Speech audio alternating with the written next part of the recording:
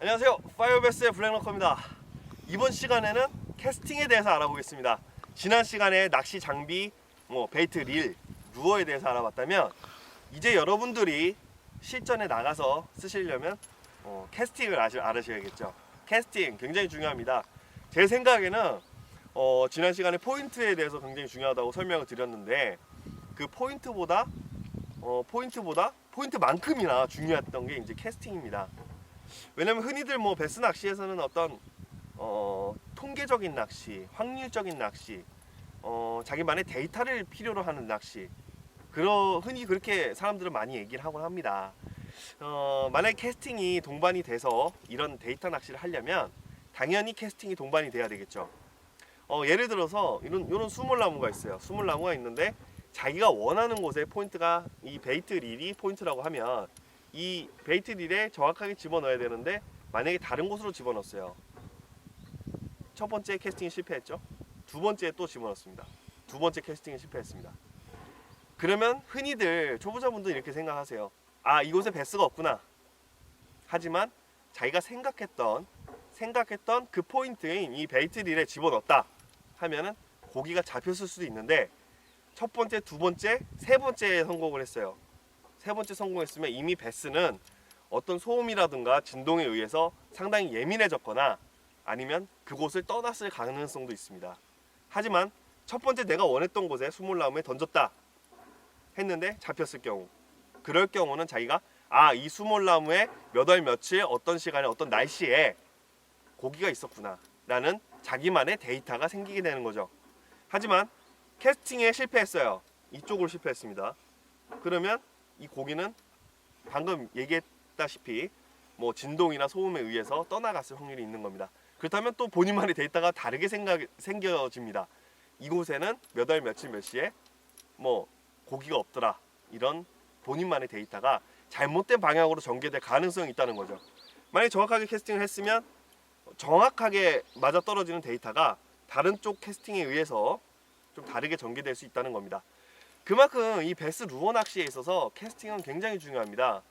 제가 여러분들께 간단하게 세 가지 정도만 캐스팅에 대해서 알아보겠습니다. 다양한 캐스팅이 많습니다. 하지만 이 세 가지만 기억하시면 베스 낚시를 하는 데 있어서 충분히 응용하시리라 믿습니다.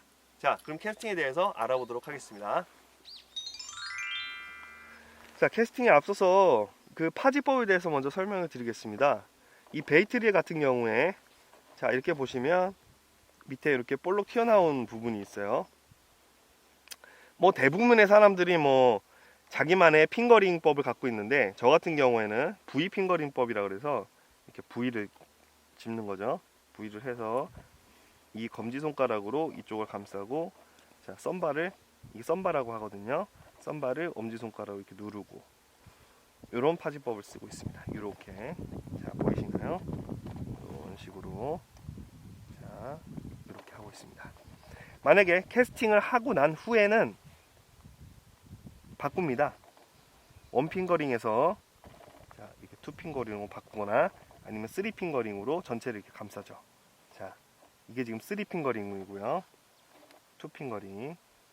쓰리핑거링 같은 경우에, 저 같은 경우에는 어떤 저항감이 있는 루어, 스피너 베이트라든가 아니면 하드 베이트 낚시에 쓰리핑거링으로 천천히 릴링을 하는 그런 파지법을 쓰고 있습니다. 자, 다시 한번 설명드리면 원핑거링, V 파지법이죠. 원핑거링. 그리고 캐스팅 후에는 2나 3로 옮겨가는, 이렇게 해서 낚시를 하시면 되겠고요.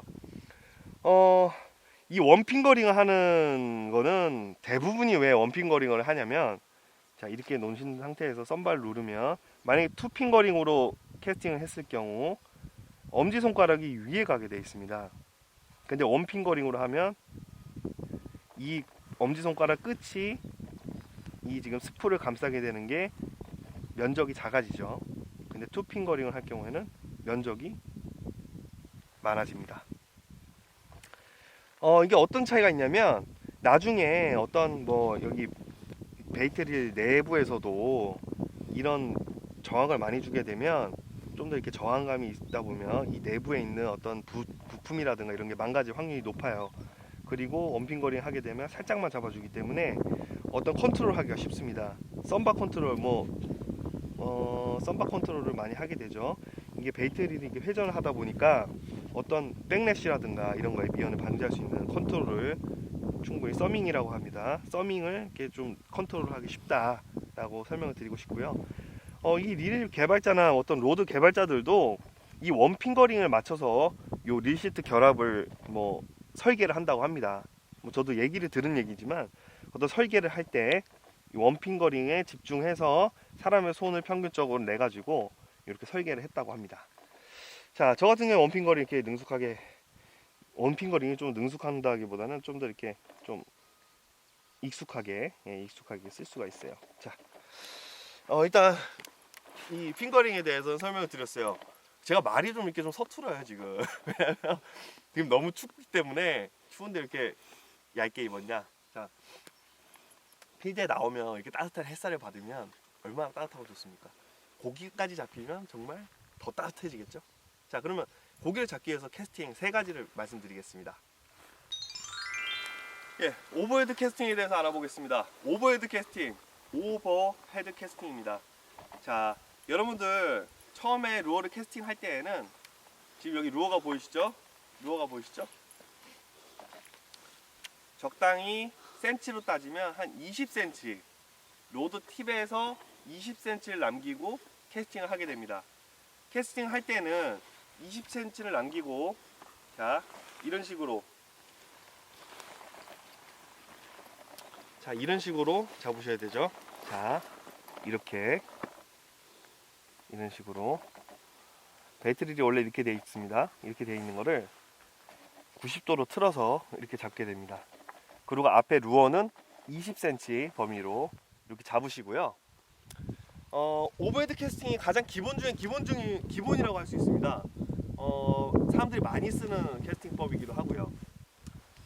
여러분들 낚시를 하시다 보면 처음에 초보자분들은 이렇게 던지시는 분도 있고요. 제 폼이 너무 일부러 이상하게 하려고 그러니까, 자, 원투를 하듯이 이렇게 해가지고 이렇게 하시는 분, 저도 처음에 그랬습니다. 저도 처음에 이렇게 던져야 되겠다 하고, 왜냐면 어차피 고기는 이제 루어는 날려야 되니까, 날려야 낚시를 할 수 있으니까 일단은 날리는 것에 의존해야겠다 해서 이렇게 낚시를 했었는데, 사실은 캐스팅은 이 뒤를 넘어가면 안 됩니다. 자, 뒤를 넘어가면 안 되죠.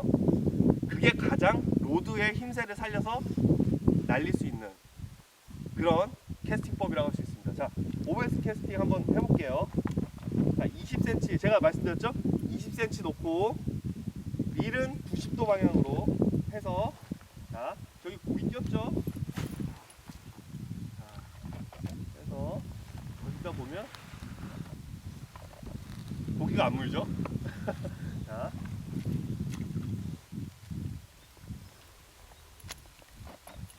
자, 여러분들 지금 다시 한번, 이게 전체 샷이 나와야 되는데 전체 나올지 모르겠는데, 제가 한번 또 뒤로 가서 해보겠습니다. 자, 90도 해서 파지법은 다시 투핑거링, 아까 말씀드렸던 핑거링.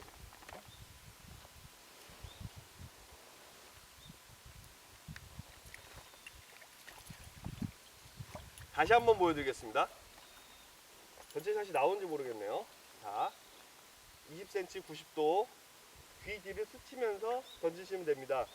던질 때는 본인이 원하는 포인트, 저기다 던져야겠다를 주시를 하시고, 그쪽을 향해서 이 90도로 되어 있는 팔을 살짝 내려주시고 앞으로 딱 던져주시면 되겠습니다. 자, 이렇게 지금 정확하게 들어갔어요. 제가 원하는 포인트에 정확하게 들어갔습니다. 자, 이럴 경우에 고기가 잡히지는 않을 건데, 자, 다시. 이게 오버헤드 캐스팅입니다. 오버헤드 캐스팅이 좀 어려우신 분들은 정확하게 앞으로 해서 하지 마시고요, 옆으로 이렇게 살짝 쑤셔서 옆으로 이렇게 해서 약간 3쿼터라고 하죠. 3쿼터 캐스팅을 하셔도 됩니다. 자, 3쿼터 캐스팅 했죠. 자, 여러분들 오버헤드 캐스팅이 가장 중요하니까 우선 이거를 연습을 많이 하시고요.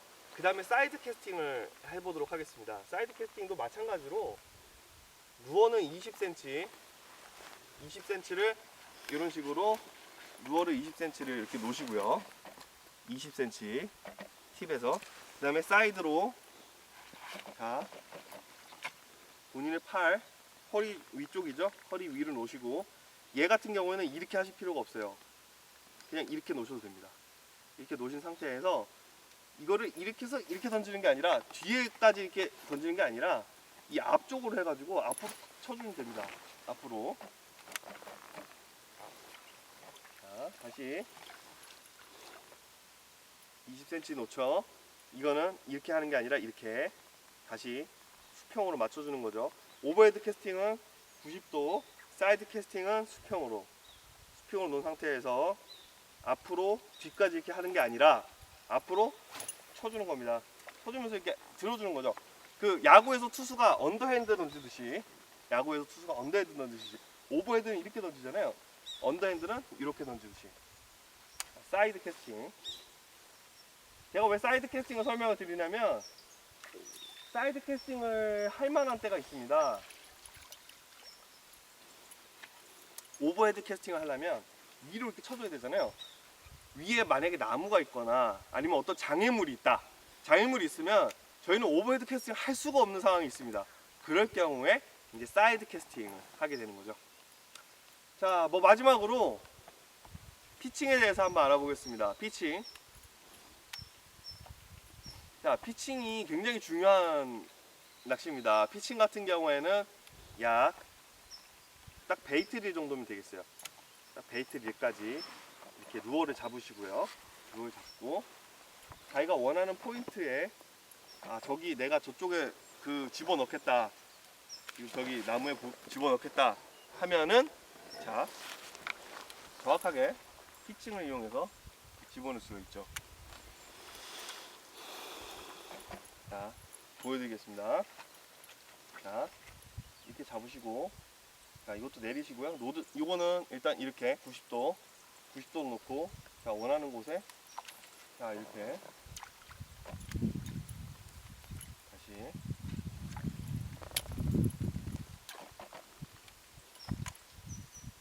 이 정도 베이트릴에서 한 뼘이네요 보통. 그리고 로드의 탄력을 이용해서 그래서 정확하게 집어넣을 수가 있는 겁니다. 그리고 보통 피칭 같은 경우에는 착수음을 많이 줘야 될 때가 있고 착수음이 없이 할 때가 있어요.